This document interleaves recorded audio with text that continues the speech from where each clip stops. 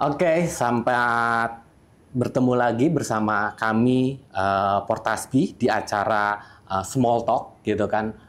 Talk about smallholder, di mana di sini kita akan berbicara bagaimana petani membangun hilirisasi. Audio Jungle.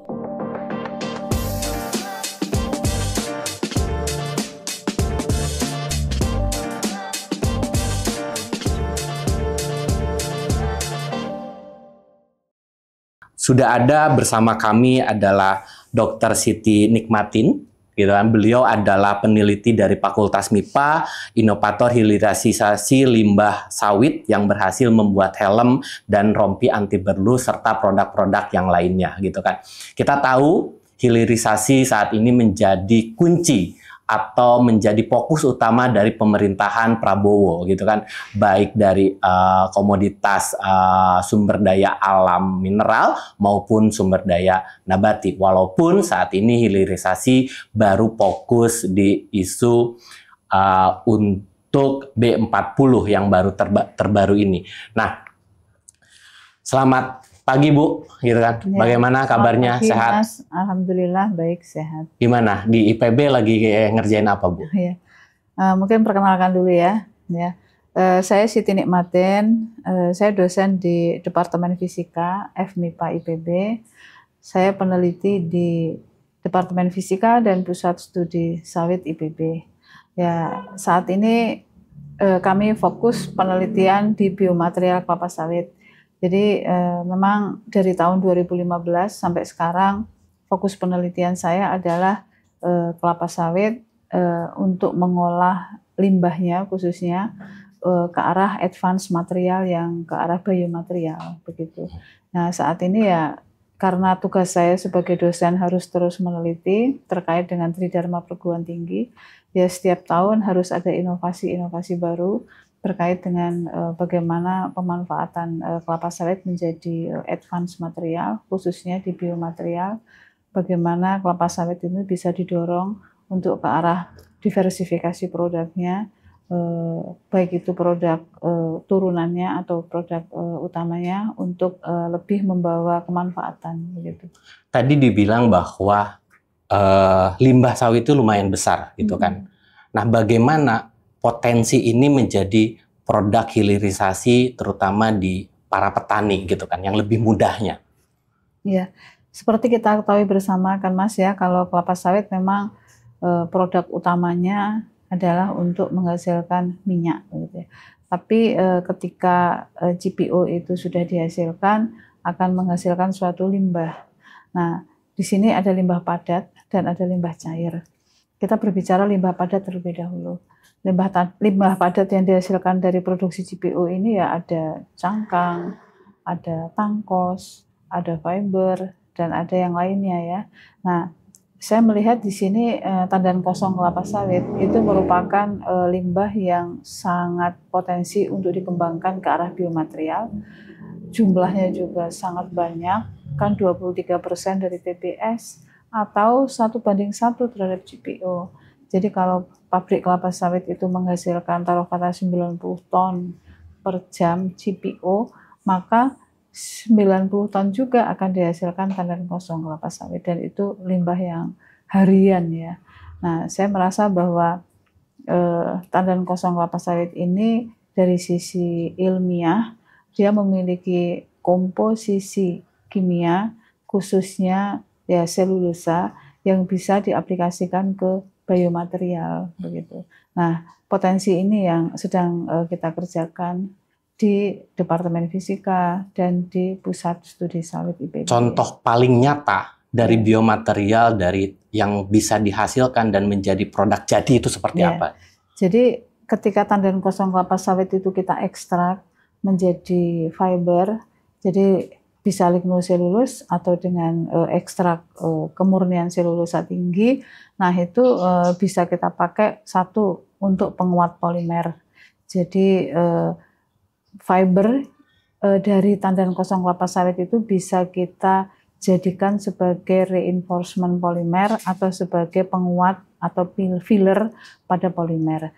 Jadi yang kita ketahui misalnya kalau polimer itu kan memiliki elongation at break yang besar, kemudian lentur begitu ya. Nah, itu bisa kita kuatkan, bisa kita keraskan dengan menambahkan fiber. Nah, salah satunya adalah fiber dari kelapa sawit, limbah kelapa sawit ini. Nah, ini yang disebut dengan biokomposit. Menggabungkan dua buah material menjadi material baru yang memiliki karakteristik atau sifat yang lebih baik dari komponen utamanya. Nah, itu salah satu manfaat dari limbah padat sawit ini menjadi biokomposit. Setelah menjadi biokomposit, aplikasinya luas. Salah satunya untuk helm misalnya. Saat ini helm yang pada umumnya dimiliki masyarakat kan 100% polimer. Dengan menggantikan polimer itu menjadi biokomposit, ya pasti kekuatan material akan meningkat. Demikian juga misalnya penelitian saya berikutnya dengan anti peluru misalnya. Saat ini rompi anti peluru kan banyak didominasi oleh material yang namanya Kevlar. Jadi serat Kevlar. Serat Kevlar itu sintetis, berbahan dari minyak bumi, mengandung bahan kimia yang tinggi. Nah, itu bisa disubstitusi, bisa diganti dengan selulosa yang ada pada tandan kosong kelapa sawit. Jadi fiber ini kan kita lebih, helm adalah hal yang biasa kita lihat gitu. Tapi kan di tingkat petani bisa seperti apa sih produknya yang bisa lebih mudah untuk diaplikasikan di tingkat petani ketika petani udah mau hilirisasi, karena Portas Bisnis sekarang ini sedang mendorong bahwa petani itu punya pabrik mini CPO gitu kan. Nah, setelah itu bisa diapain nih? Jadi yang paling mudah gitu. Jadi ketika petani itu sudah menghasilkan CPO, kan pasti akan menyisakan limbah. Contoh misalnya tandan kosong kelapa sawit. Kalau cangkang itu beda ya. Kalau cangkang itu lebih ke arah energi, mungkin potensinya lebih besar. Tapi kalau tandan kosong kelapa sawit ini kan nilai kalor dibandingkan cangkang kan jauh ya, lebih rendah. Oleh sebab itu karena jika digunakan energi memiliki nilai kalor yang rendah, maka kita manfaatkan menjadi produk yang memiliki nilai ekonomi yang lain. Ya. Jadi petani itu setelah menghasilkan CPO, dia memiliki tandan kosong kelapa sawit, nah itu bisa diolah, direkayasa menjadi serat dulu.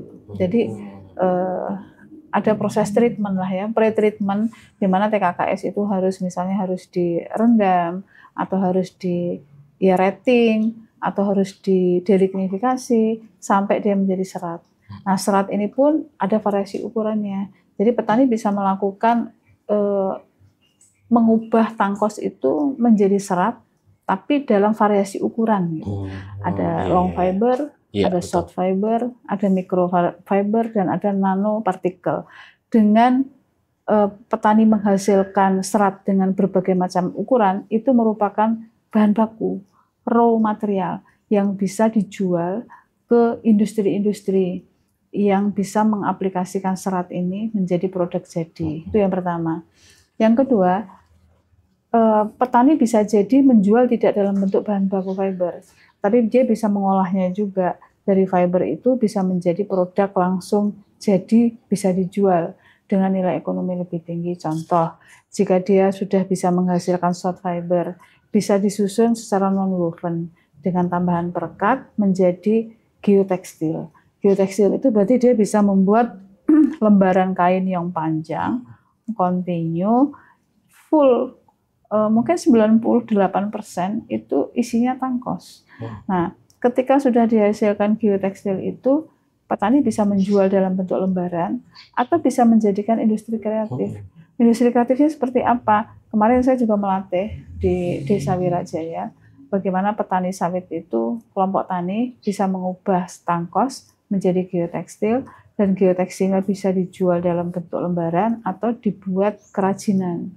Bisa dibuat tas, bisa dibuat sendal hotel, bisa dibuat topi, dan lain sebagainya gitu. Nah, itu produk jadi yang dalam skala petani itu bisa sangat mudah sekali. Ya, pastinya kami dari IPB juga sering kok melatih petani-petani. Modalnya tidak terlalu besar ya, Bu, modal untuk menyampai sampai produk jadi gitu kan? Atau hanya lebih baik kalau nggak cukup modal, biomaterial petani, setelah itu kayak petani bermitra dengan perusahaan gitu kan, ini dikirim ke perusahaan, atau lebih baik sampai tadi gitu? Iya. Jadi mungkin butuh alat yang utama adalah untuk menjadikan dia menjadi serat panjang. TKKS itu menjadi serat panjang itu butuh alat milling ya, butuh alat fibrilasi milling. Jadi mungkin nggak mahal kok, alat fibrilasi itu ya di bawah 30 juta gitu. Biasanya kalau kami melakukan pelatihan ya sekaligus memberikan alat itu ke petani. Ya bisalah 20 sampai 30 juta bisa. Berarti dengan apalagi dengan kelompok tani justru semakin besar gitu kan peluangnya untuk terjun ke bisnis ini gitu kan. Ya, alat yang pertama yang harus dipunya untuk mengolah limbah padat tandan kosong kelapa sawit ini ya mungkin alat milling ya. Wajib punya ya. Karena bisa sih manual, petani itu tidak memiliki TKKS tapi butuh waktu yang panjang. Saat ini dalam penelitian saya pun mengubah tandan kosong menjadi fashion itu tidak menggunakan alat karena kita membutuhkan termasuk untuk anti peluru. Jadi karena untuk anti peluru dan fashion itu membutuhkan serat yang panjangnya 30 sampai 40 cm.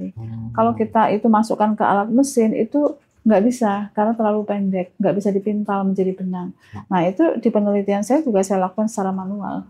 Jadi dipotong-potong, dikupas dulu, dipisahkan antara stalk dan spikeletnya, kemudian kita rendam, difermentasi secara alami, kemudian difibrilasi pakai tangan.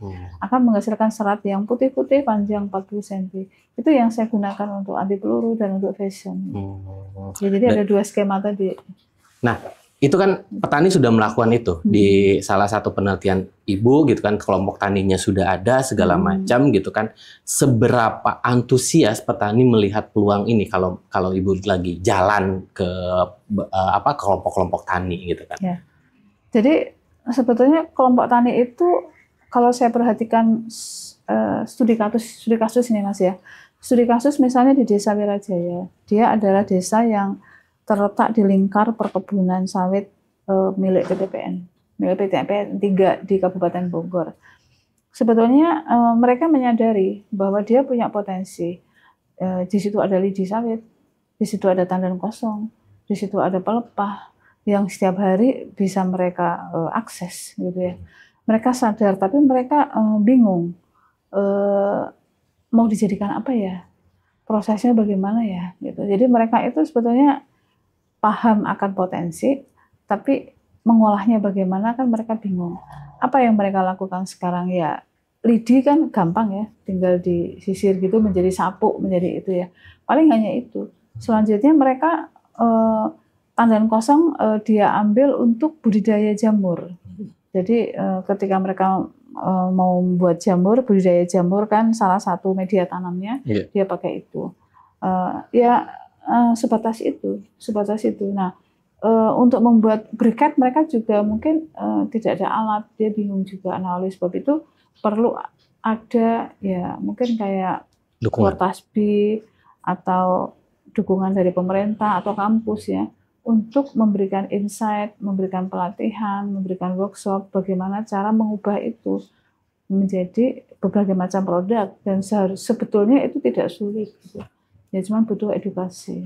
Bu, selama ini kan sawit itu dianalogikan sangat jauh dengan masyarakat, produknya gitu kan, karena masyarakat kan tidak melihat bahwa produk sawit itu serasa dipakai sehari-hari kecuali minyak, gitu kan. Padahal kan banyak gitu kan. Mau tampil glowing, ya ada sawitnya, gitu kan. Mau makan coklat juga ada sawitnya, gitu kan. Mau skincare dan lain-lain juga ada sawitnya, gitu kan. Nah, dalam hal hilirisasi ini, gitu kan, kita nggak lebih maju dibanding Malaysia atau negara-negara lain dalam soal hilirisasi sawit, gitu kan. Sebenarnya yang terjadi masalah itu apakah karena mereka petaninya juga didorong sangat masif untuk hilirisasi, sedangkan di Indonesia lebih banyak ya sudah selesai di TBS selesai gitu. Lebih ke arah mana? Atau memang inovasi-inovasi kampus, inovasi-inovasi pemerintah yang ada memberikan knowledge kepada para petaninya agak terhambat gitu kan? Seperti apa sih problemnya di kita itu sebenarnya? Jadi gimana ya, petani sawit itu Ya membutuhkan edukasi, membutuhkan kita ya, mungkin dari sisi, kalau saya ada dari sisi kampus gitu ya, mungkin kehadiran kita ditunggu-tunggu. Banyak kok beberapa di daerah-daerah itu, di Riau, kemarin juga ada yang datang di daerah Kalimantan, itu mereka sebetulnya pingin sekali gitu ya, antusias gitu ya, antusias sekali untuk bisa menggunakan produk ya, menghasilkan produk gitu ya, dari selain CPO, selain minyak begitu ya.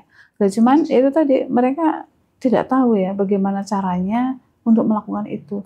Jadi kemarin juga ada dari Jambi itu datang ke saya gitu, bagaimana supaya tangkos mereka banyak itu bisa dimanfaatkan. Mereka melihat saya membuat benang, membuat kain untuk baju gitu ya. Mereka kepingin, Bu, tolong diajarin kita untuk menghasilkan ini semua. Sebetulnya tidak mahal itu. Alatnya juga tidak mahal, apalagi kalau untuk membuat kain kan kita membuat mesin ATBM itu kan satunya cuma nggak sampai 1 juta, satu set itu ya, nggak sampai 1 juta. Sebetulnya sudah bisa petani itu menghasilkan benang dan kain gitu. Selayaknya kalau kita pergi ke pengrajin-pengrajin ke Lombok, ke Baduy, itu kan ada kain yang dari katun ya. Nah itu bisa itu dihasilkan dari sawit. Saya penelitian itu didanai BPDPKS itu 2021 untuk mengubah sawit itu menjadi fashion, baik itu dengan high teknologi atau dengan metode sederhana. Dengan high teknologi memang hanya perusahaan yang bisa mengakses karena mengubah sawit itu menjadi kapas. Tapi di sisi yang lain saya juga menghasilkan inovasi fashion itu untuk skala UMKM.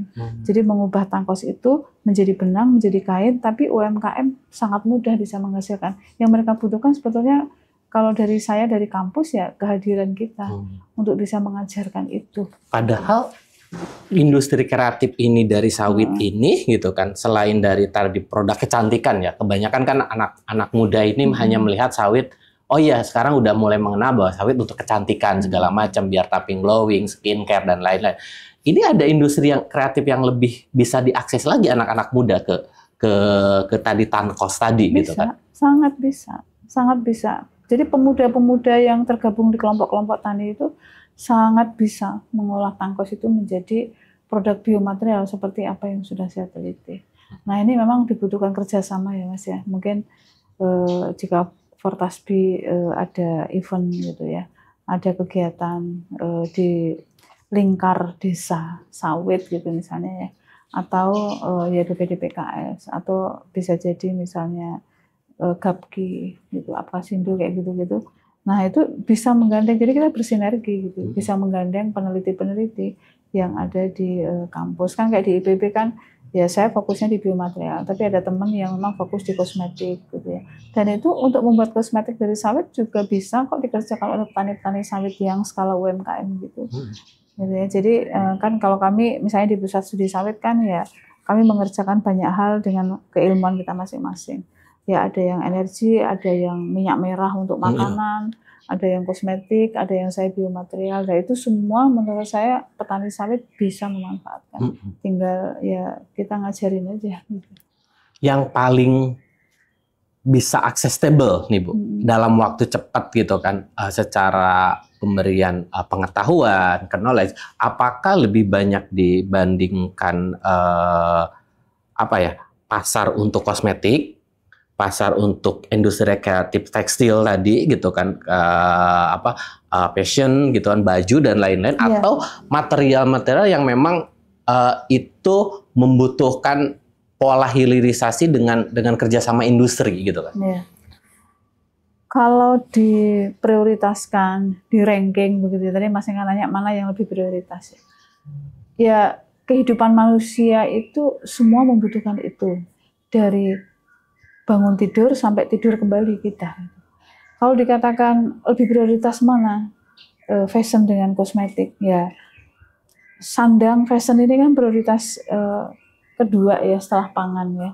Ya pangan ada sawit. Kemudian kita membutuhkan fashion, sandang, ya itu kan ya kebutuhan primer juga gitu ya. Terus kemudian ya kita juga butuh kosmetik untuk mempertahankan atau mempertahankan entropi gitu ya pada kehidupan. Gitu. Nah jadi ya menurut saya ya semua adalah prioritas yang digunakan oleh manusia dalam kehidupannya, dan bagaimana caranya sawit itu bisa optimal di dalam mengisi kehidupan manusia itu. Kenapa harus optimal ya? Kita harus sadar potensi Indonesia ini ada di mana. Gitu. Kalau kita memiliki potensi di sawit, ya sawit harus optimal untuk mencukupi kebutuhan manusia. Kalau potensi kita di padi, ya beras ini harus optimal, gitu kan, untuk mencukupi kebutuhan manusia. Jadi kita harus memahami potensi Indonesia ini apa. Nah, karena kita punya anugerah sawit, gitu ya, karena iklim, karena cuaca, karena tanah dan seterusnya kita cocok, ya harusnya sawit itu harus optimal mengisi kehidupan manusia. Dari sisi apa ya? Segalanya, kita bangun tidur butuh kosmetik, kita butuh mandi butuh sabun, kita butuh pakai baju fashion butuh sawit, kita butuh naik kendaraan ya butuh BBM. Kita membutuhkan HP ya ada perangkat elektronik yang bisa kita buat lewat sawit. Saat ini kan penelitian kita juga sudah mengarah ke material elektronik yang berbahan sawit gitu. Kan itu juga biomaterial. Jadi bagaimana menciptakan semikonduktor, kapasitor, sensor, dan itu semua berbasis sawit. Jadi gitu. Banyak hal sebenarnya yang bisa diambil dari sawit ini gitu kan, dalam artian di praktek kehidupan kita sehari-hari. Anak muda bisa mengakses, petani, gen milenial, Gen Z segala macam gitu kan, dan ini menjadi peluang usaha sebenarnya bagi anak-anak muda kalau mau turun langsung gitu kan. Bukan hanya yang punya kebun gitu kan sebenarnya itu ya kan Bu. Iya. Jadi salah satu yang kita dorong di kampus ini kan juga bagaimana mahasiswa itu generasi-generasi penerus termasuk juga kelompok tani itu ya.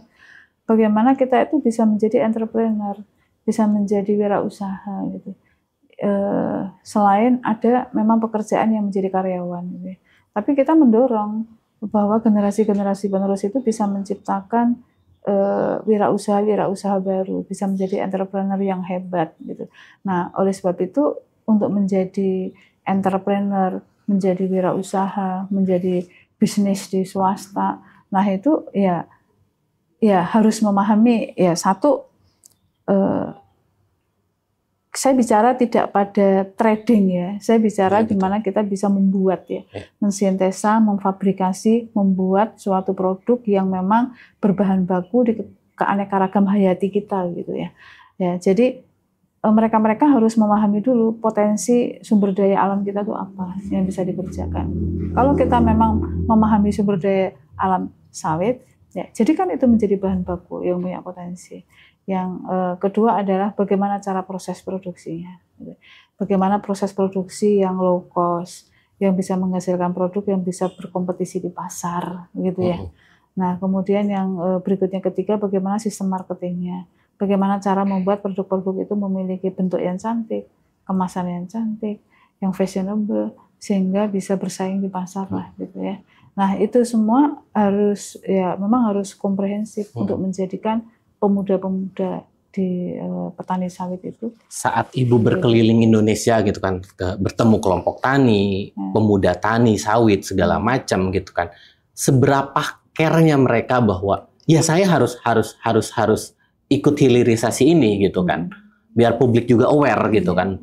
Yang menjadi sulit itu setahu saya untuk kelompok tani waktu keliling itu ya, karena mereka kan mohon maaf ya, mungkin pendidikannya kan tidak tinggi ya, sehingga ya memang harus kita diajarin gitu ya, harus difasilitasi, harus diajarin supaya motivasinya tumbuh, keterampilannya meningkat, pengetahuannya meningkat gitu ya. Memang secara pengabdian masyarakat ya memang kita harus terjun untuk itu. Jadi motivasi mereka pokoknya harus ini ini merupakan bagian dari pekerjaan yang bisa mendatangkan segalanya gitu ya, melalui sawit. Motivasi, keterampilan, ya ide, gagasan, inovasi itu ya. Tapi mereka ya memang agak sulit memang ya, karena memang berhubungan dengan pemuda-pemuda di lingkar desa itu kan seperti terisolasi dari kota ya Mas ya. Kadang di situ sinyal juga nggak ada. Ya banyak di Desa Wiraja itu sinyal juga sulit gitu ya. Kan udah banyak beasiswa dari BPDPKS untuk mencetak generasi-generasi muda yang terjun di perkebunan sawit gitu kan.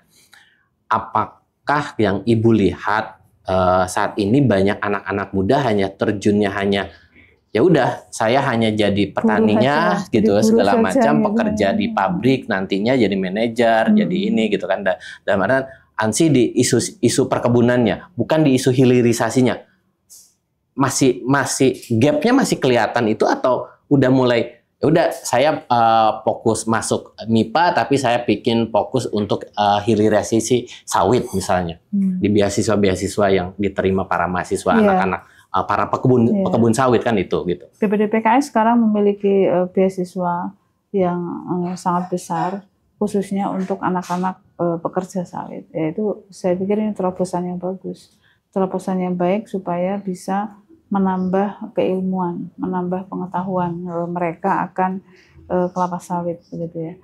Semakin nanti mereka pendidikannya tinggi, mereka akan punya cakrawala, keilmuan yang luas untuk bisa menjadi pemuda-pemuda yang tangguh, memiliki entrepreneur, jiwa bisnis ya, mengembangkan sawit itu ke arah yang terbang lebih tinggi lah gitu ya.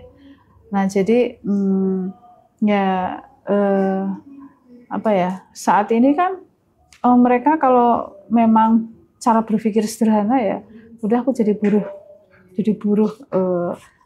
di perkebunan saja, atau aku jadi karyawan di pabrik kelapa sawit saja misalnya, yaitu pikirannya sederhana dan kan menjadi buruh, menjadi pekerja ya sudah ada SOP apa yang dia lakukan gitu.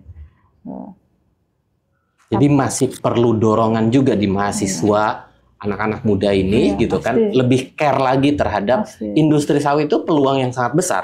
Bukan hanya menjadi kita hanya dalam artian pekerja perusahaan gitu, tapi kan tadi bisa nilai tambah tadi gitu, membuat kain, membuat benang dari bahan baku sawit gitu kan, membuat biomaterial dan yang bisa dimasuk menjadi dimasukkan ke industri gitu kan. Ya makanya penelitian saya kan lebih ke arah bagaimana mendorong mengubah merekayasa limbah kelapa sawit ini menjadi produk-produk biomaterial yang bisa diakses oleh UMKM dan industri. Gitu. Nah, jadi membuka cakrawala gitu ya, ide-ide baru bahwa sawit bisa ke helm, bisa ke anti peluru, bisa ke fashion, kemudian bisa ke industri kreatif yang lain, kemudian bisa juga untuk penjernih atau kan kita membuat bola-bola juga biobol untuk menjernihkan limbah cairan. Ya misalnya kalau pome ya bisa dibersihkan atau mereka di daerah mana yang airnya keruh gitu misalnya di sawit itu dari bisa TBS dari limbah TBS tandan kosong gitu kan. Ya kita ubah bahwa serat-serat yang ada pada tandan kosong itu bisa mengabsorpsi impuritas pada air itu sehingga air yang tadinya keruh bisa menjadi jernih. Yang tadinya pome itu harus dijernihkan menggunakan mikroorganisme, ya ini bisa dibantu juga dengan kelapa sawit ini dengan kan biasanya di perkebunan itu kan Bu air itu pH-nya sangat tinggi gitu kan.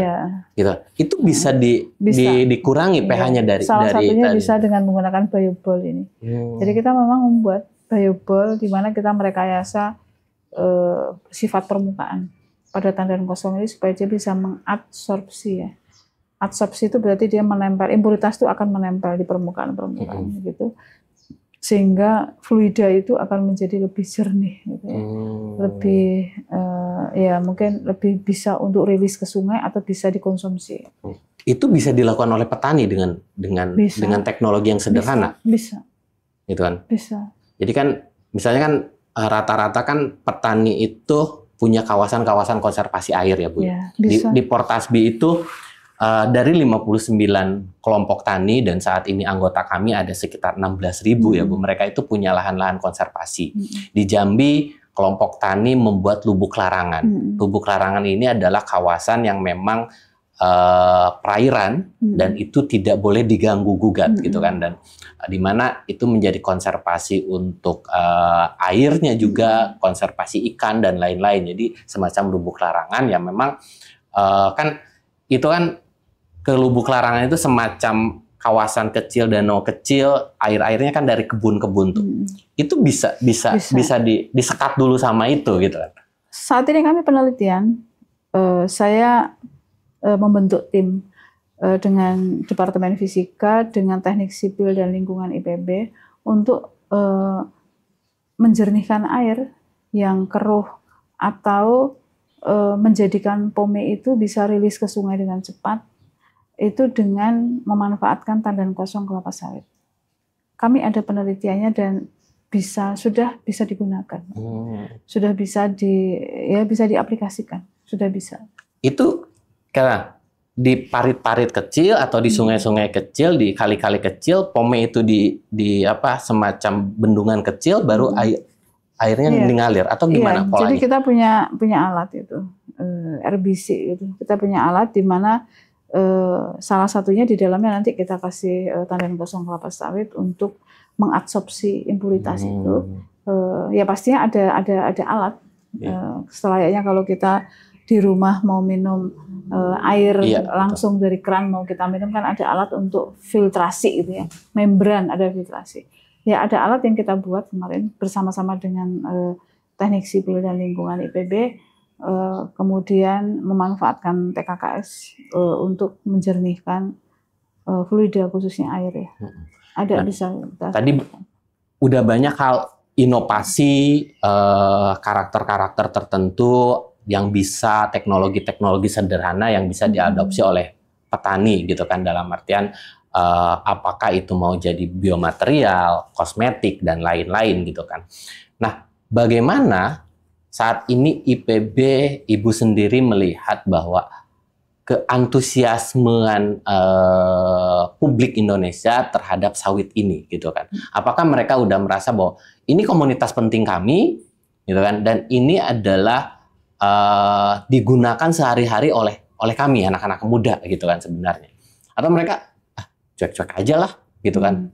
Iya, kelapa sawit ini memang luar biasa, komoditas utama ya di negara kita saat ini. Bahkan negara pun juga ikut serta di dalam mengelola, memanajemen kelapa sawit ini. Memiliki dampak manfaat yang sangat luar biasa. Dari sisi manapun gitu, menyerap tenaga kerja juga kan di daerah segitu banyaknya kan, ketika saya kunjungan ke daerah gitu juga sangat luar biasa menyerap tenaga kerja gitu. Nah sehingga keberadaan kelapa sawit ini membawa dampak yang luar biasa, membawa impact yang sangat luar biasa, tapi juga ada sisi negatifnya yang pasti ya. Nah sehingga bagaimana cara kita berkolaborasi ya Mas, berkolaborasi, ayo bekerja sama bersama-sama, baik itu dari sisi misalnya dari Fortasbi, kami dari sisi kampus, mungkin dibantu oleh BPD-PKS untuk menjadi satu tim gitu ya.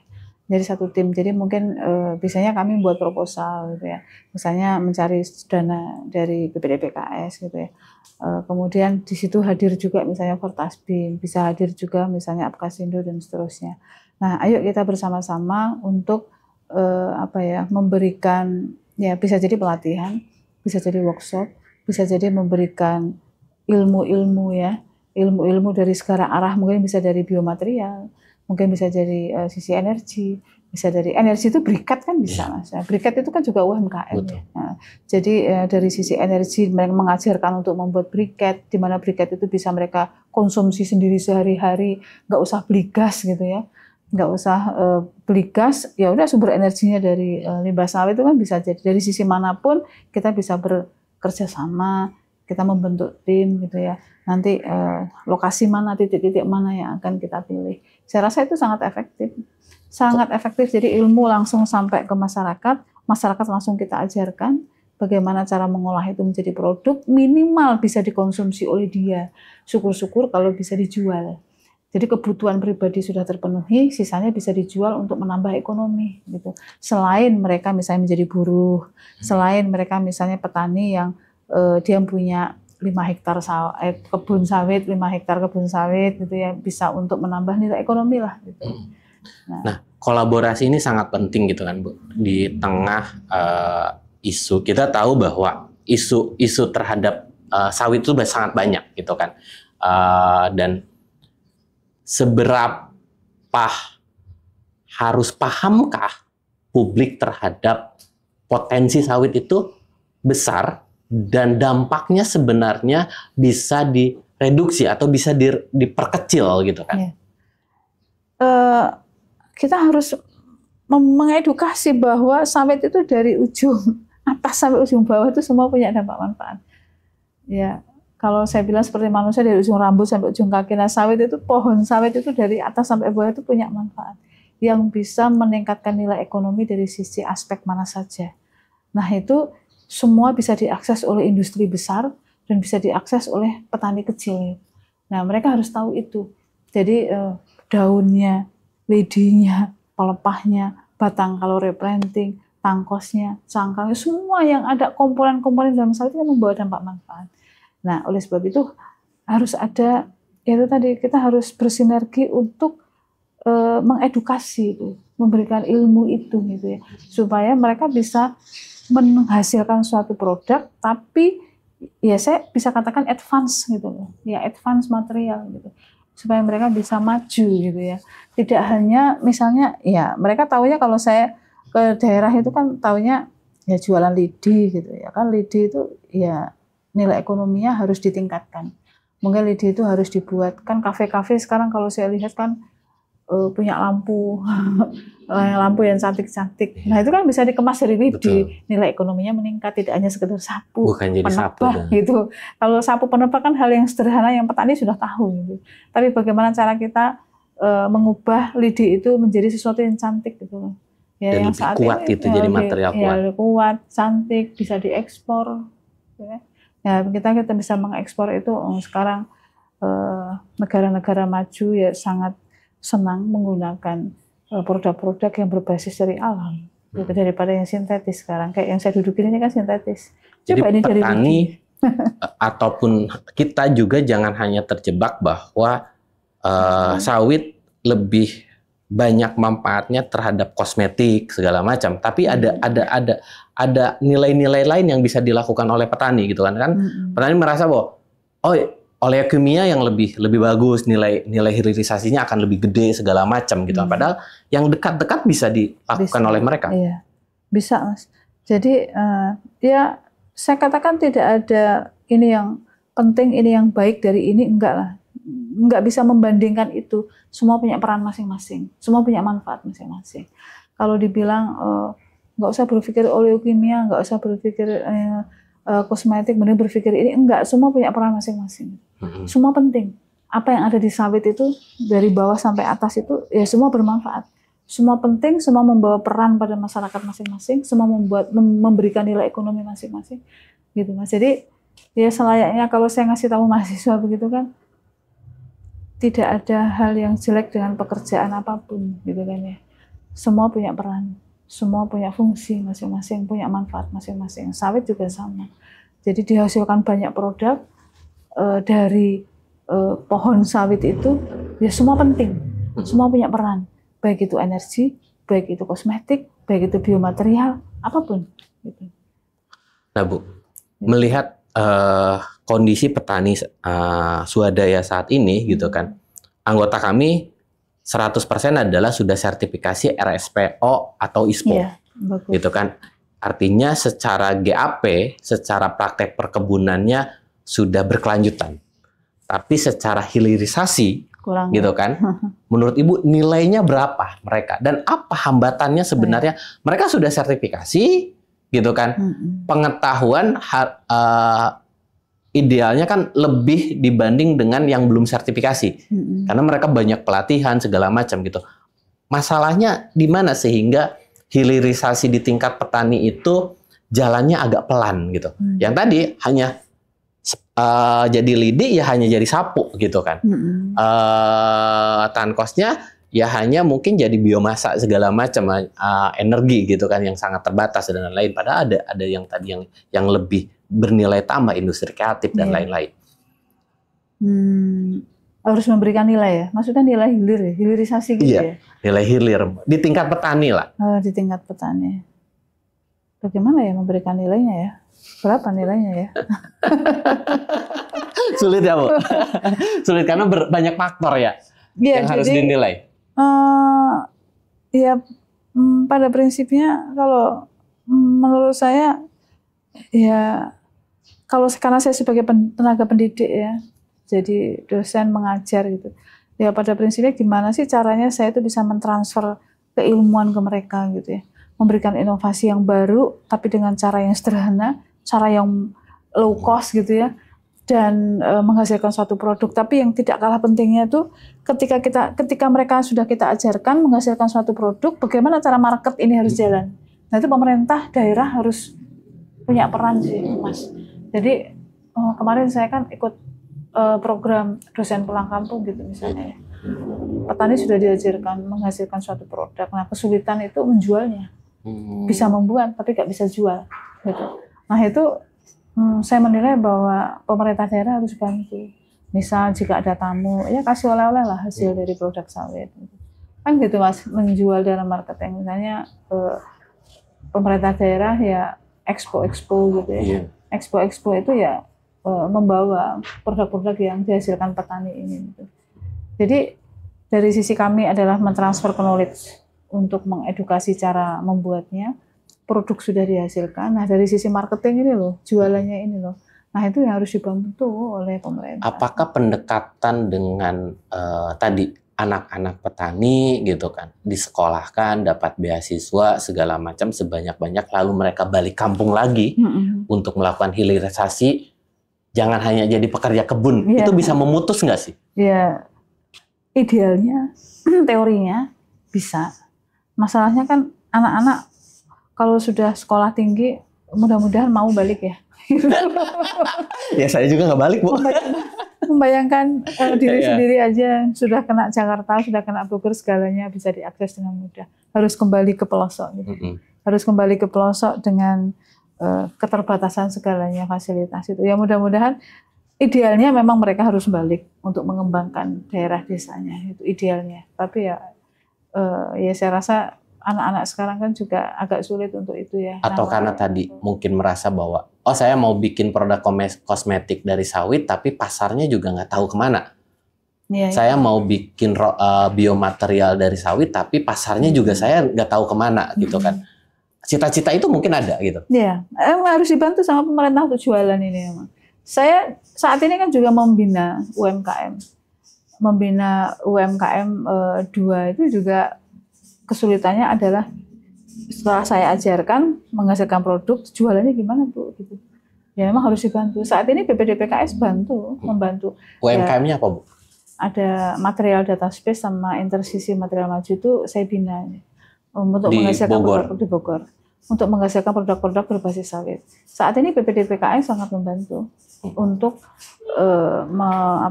menyerap produk yang dihasilkan. Nah itu salah satunya nggak hanya BPDPKS saja gitu loh, yang lain-lain juga harus bantu gitu.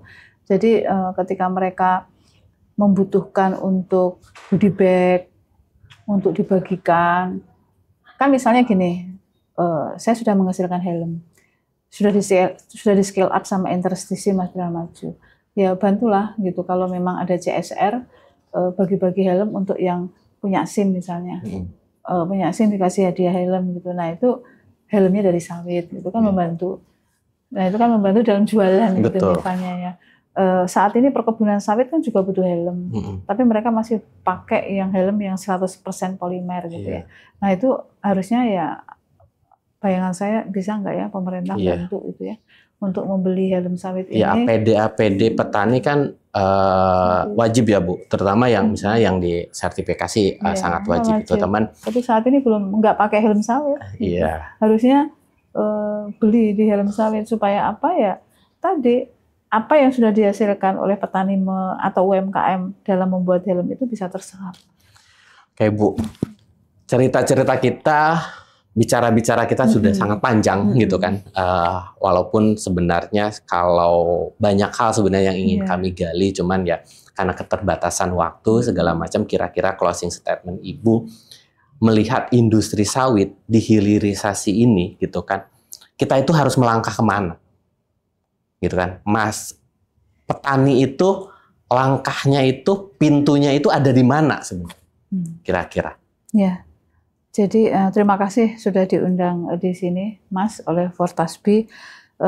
Ya, berharap atas penjelasan yang saya berikan tadi bisa memberikan gambaran, gitu ya, bahwa satu hal, sawit merupakan anugerah Allah ya, Tuhan Yang Maha Esa, bahwa Indonesia ini memiliki segalanya yang cocok, yang sesuai untuk tumbuh kembangnya budidaya sawit ini.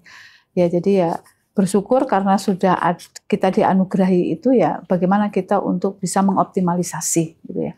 Nah, yang kedua adalah menyadari bahwa kelapa sawit itu ya semuanya itu punya dampak manfaat gitu ya.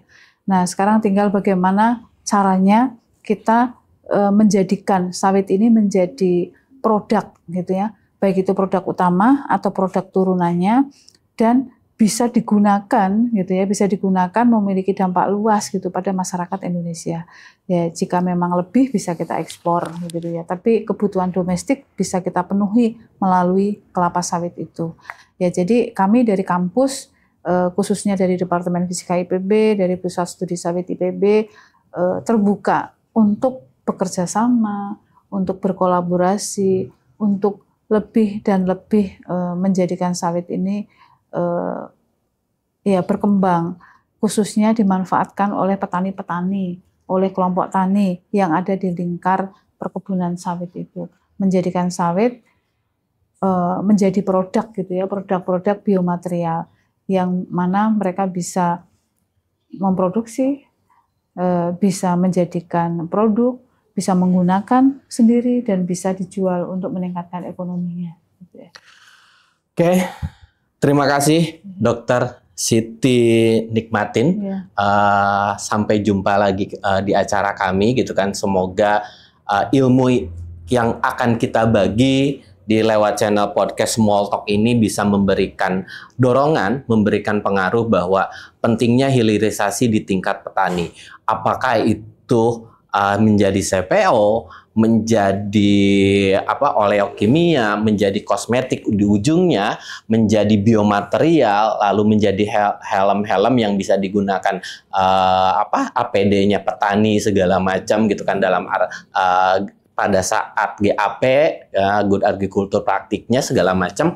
Tapi seperti yang tadi Ibu katakan bahwa masih banyak tantangan yang harus dilakukan oleh petani untuk menuju hilirisasi, dan perlunya dukungan dari berbagai pihak, dari kampus, dari pemerintah, dari NGO, dan dari swasta juga, bagaimana petani-petani swadaya ini bisa mandiri dan bisa sejahtera. Mungkin itu aja. Terima kasih Bu Siti. Mudah-mudahan tidak kapok ya Bu kesini. Enggak, sama-sama dengan senang hati. Gitu kan, karena Bu Siti ini sangat sibuk gitu sebagai peneliti dan sebagai dosen. Kalau mau menghubungi Ibu lewat email bisa ya Bu ya? Bisa. WA juga bisa. Nanti emailnya boleh kami sebutkan ya di minimal email di badan kita gitu kan, biar bisa ilmunya bisa semakin berkembang. Terima kasih Ibu. Sama-sama. Semoga sehat-sehat semua segala macamnya gitu kan, dan sukses untuk penelitian-penelitian selanjutnya. Amin. Kita tutup podcast ini dengan Fortasbi bisa. Ayo Bu. Fortasbi bisa. Fortasbi bisa. Ya kan? Terima kasih dan sampai jumpa ke Small Talk berikutnya. Wassalamualaikum warahmatullahi wabarakatuh. Waalaikumsalam. Audio Jungle.